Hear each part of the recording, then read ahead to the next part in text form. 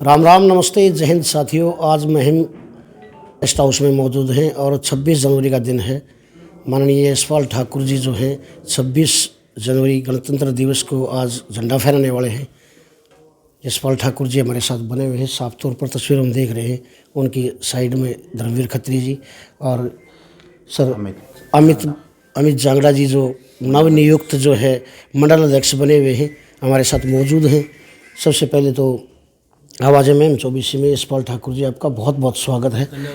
गणतंत्र दिवस की आपको ढेर सारी शुभकामनाएं और आवाज़ में 24 के दर्शकों की तरफ से भी आपको ढेर सारी शुभकामनाएं। आज आप जो है एक गणतंत्र दिवस पर यहाँ झंडा फहराने वाले आए हैं, तो हमारी जनता को, महिम की जनता को ख़ास तौर पर क्या संदेश देना चाहेंगे? सबसे पहले तो मैं आपके चैनल के माध्यम से आपके दर्शकों को जय श्री राम बोलता हूँ, उनको नमस्कार करता हूँ और आप आए, आप लोगों का भी मैं स्वागत करता हूँ। आज महिम की पावन धरा पर 76वें गणतंत्र दिवस पर राष्ट्रीय ध्वज फहराने के लिए मेरे को आज यहाँ सरकार की तरफ से जो जिम्मेदारी लगी है, इसके लिए मैं आपका बहुत बहुत अपना सौभाग्य समझता हूँ जी। और आज मैं 76वें गणतंत्र दिवस के पावन पर्व पर आप सभी को हार्दिक शुभकामनाएं देता हूँ। और 75 वर्ष सन 1950 में आज के ही दिन बाबा साहब ने जो हमारा देश का संविधान को लागू किया था जी। और उस संविधान में हमारे सभी का समान न्याय, स्वतंत्रता और समानता का जो अधिकार मिला था, वो सभी बाबा साहब की देन है। और बाबा साहब ने गरीबों को, वंचितों को, पिछड़ों को, जो उनके अधिकारों से वंचित हैं, उनको अधिकारों को दिलाने का काम किया। मैं उनको भी बहुत नमन करता हूँ जी। जैसा कि आप केस कला बोर्ड के अध्यक्ष, चेयरमैन हैं और पूरे हरियाणा के हैं, तो आगे आपके विकास कार्यों को लेकर हमारी आम जनता है, उनके लिए आप क्या कुछ खास करने वाले हैं?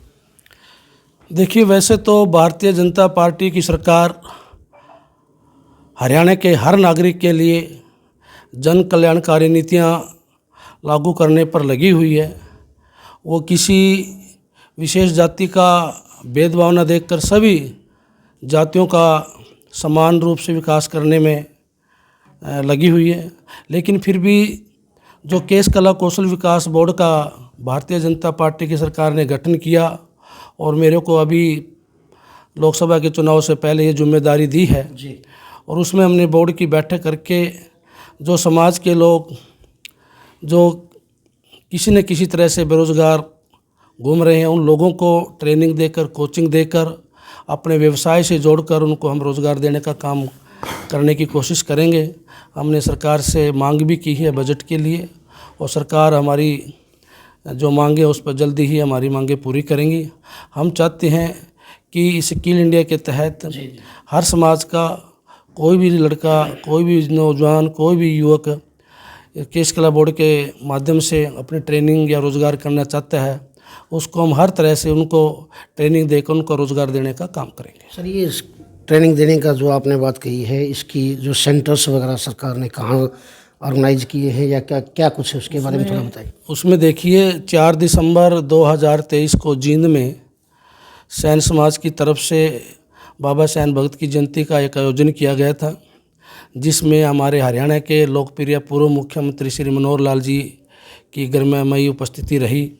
उन्होंने बहुत बड़े हमारे समाज के लिए मांगों पर एक मांगने का जो मांग पत्र दिया था, उसका पूरा मान सम्मान करते हुए हमारी मांगों को पूरा किया। और उन्होंने कहा था कि हरियाणा के 4 कोने में आपके इंस्टीट्यूट या सेंटर खोले जाएंगे। और वो मैं एक बात और कहना चाहता हूँ कि जो हमारे लिए बहुत गर्व की बात है कि इस हरियाणा में आज़ाद होने के बाद जितनी भी सरकार बनी, सभी सरकारें ने गरीब लोगों को और ख़ासकर सैन समाज के लोगों का वोट तो बटोरने का काम किया, कभी इनकी मान सम्मान और मांगों की तरफ ध्यान नहीं दिया। लेकिन भारतीय जनता पार्टी ने सरकार बनते ही केस कला बोर्ड का गठन किया और मेरे जैसे छोटे से कार्यकर्ताओं को इतना मान सम्मान दिया, ये सैन समाज के लिए बहुत गर्व की बात है। दूसरी बात, हमारे जो हर क्योंकि भारतीय जनता पार्टी हर समाज के हर महान पुरुषों का मान सम्मान करती है। उसी नीति के अनुसार हमारे समाज के जो महान सैन जी महाराज हुए हैं उनको एक विशेष मान सम्मान देकर कैलेंडर में 4 दिसंबर को विशेष छुट्टी मनाने का काम किया। ये भी हमारे लिए गौरव की बात है। मैं अपनी तरफ से सैन समाज की तरफ से भारतीय जनता पार्टी का बहुत बहुत धन्यवाद करता हूँ। और देखिए, भारतीय जनता पार्टी किसी विशेष जाति का काम नहीं करती। आप देखिए, जब से हरियाणा की सरकार बनी तब से लेकर आज तक ये सैन समाज में एक पिछड़े वर्ग का एक हिस्सा है। और पिछड़े वर्ग के बच्चे पहले नौकरियों के लिए दर दर भटकते रहते थे। मेरिट के आधार पर बिना खर्ची बिना पर्ची के आज हजारों की संख्या हमारे पिछड़ा वर्ग के लोग और सैन समाज के लोगों को जो रोज़गार मिला, इसका उदाहरण कभी भी हमारे को देखने को नहीं मिला। और मैं एक बात बताना चाहता हूँ, भारतीय जनता पार्टी की सरकार से पहले मैं किसी सरकार की या पार्टी की बुराई नहीं करना चाहता, लेकिन हमारे लोग पढ़ते भी थे, होशियार भी थे, मेरिट में भी आते थे, लेकिन जब सूची आती थी हमारे बच्चों का नाम गायब हो जाता था। और आज मेरिट के आधार पर जब हमारे बच्चे नौकरी लग रहे हैं, आज उनको लगा है कि हमारी सरकार बनी है और सारा सैन समाज भारतीय जनता पार्टी का बार रहेगा और आने वाले समय में भी भारतीय जनता पार्टी के साथ कंधे से कंधा मिलाकर साथ देगा। जी, अंत में एक क्वेश्चन और रहता है सर कि आज जो है मुहिम में आपको ध्वजारोहण का जो है सरकार ने दिया है, मौका दिया है, उसके लिए आप कितनी खुशी महसूस कर रहे हैं और हमारे दर्शक साथियों क्या कहना चाहेंगे? देखिए, जब कोई ऐसे मौके पर राष्ट्रीय ध्वज फहराने के लिए जाता है तो उसको अपना आप को गर्व महसूस करता है।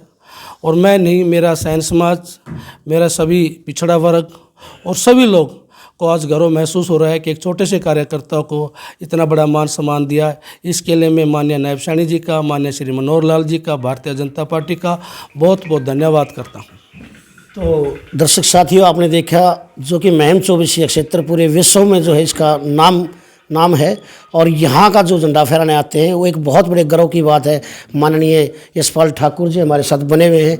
जिस प्रकार आज इनको एक यहाँ गणतंत्र दिवस के अवसर पर झंडा फहराने की बात हो रही है और आज झंडा फहरा रहे हैं, तो ये बहुत बड़ी खुशी की बात है।